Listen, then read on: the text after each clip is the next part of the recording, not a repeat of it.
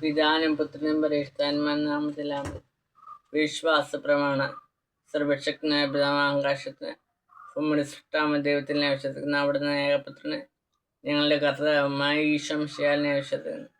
ഈ പുത്രൻ പരിശുദ്ധാത്മ ഗർഭസ്ഥനായ കനികാമറിയത്തിൽ പിറന്ന പോന്തിയോസ് പിലാത്തോസ് കാലത്ത് പീഡകൾ സഹിച്ച് കുരിശിൽ തറകേട് മരിച്ചടക്കപ്പെട്ട് പാതാളങ്ങൾ ഇറങ്ങി മരിച്ചിട്ട് മൂന്നാം നാളുകരുത് സ്വർഗത്തിലേക്ക് നല്ല സർവശക്തിയുള്ള പിതാവായ ദൈവത്തിൻ്റെ വലുത് സ്വാതരിക്കുന്ന അവിടുന്ന് ജീവിക്കുന്നവരും മരിച്ചവരും വിധിക്കുന്നവരും അന്വേഷിക്കുന്നു. പരിശുദ്ധാത്മാവിനെ അന്വേഷിക്കുന്നു.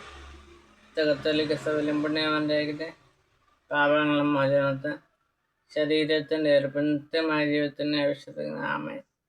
സ്വർഗസ്ഥനായ ഞങ്ങളുടെ പിതാവേ, അങ്ങയുടെ നാമം പൂജിതമാണ്, അങ്ങയുടെ രാജ്യം വരണമേ, അങ്ങയുടെ തിരുമനസ്സ് സ്വർഗത്തിൽ പോലെ ഭൂമിയിലുമാണ്.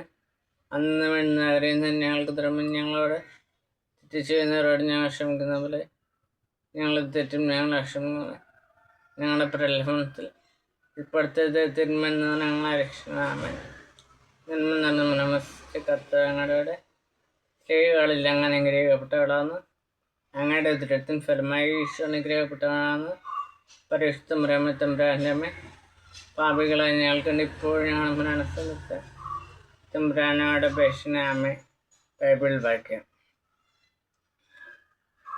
ഈശയ്യ 11-ാം അധ്യായത്തിൽ നിന്ന് 6-ാമത്തെ വാക്യം. ചെന്നായയും ആട്ടിൻകുട്ടിയും ഒന്നിച്ച് വസിക്കും, പുള്ളിപ്പുലി കോലാട്ടിൻകുട്ടിയോട് കൂടി കിടക്കും, പശുക്കിടാവ് സിംഹക്കുട്ടി ഒന്നിച്ച് മേയും.